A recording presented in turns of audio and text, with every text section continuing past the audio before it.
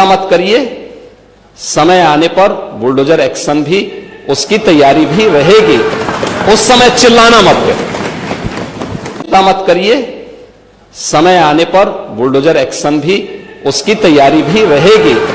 उस समय चिल्लाना मत करिए।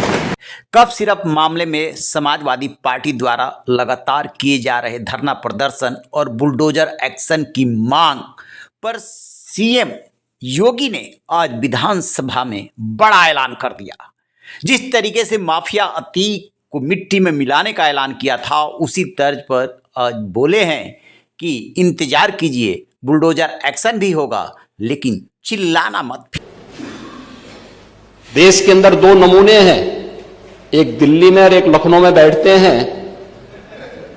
जब देश में कोई चर्चा होती है तो तुरंत वह देश छोड़ करके भाग जाते हैं, और मुझे लगता है कि यही आपके बबुआ के साथ भी हो रहा होगा। वह भी देश से फिर जाएंगे इंग्लैंड की सैर सपाटे में, और आप लोग यहां चिल्लाते रहेंगे।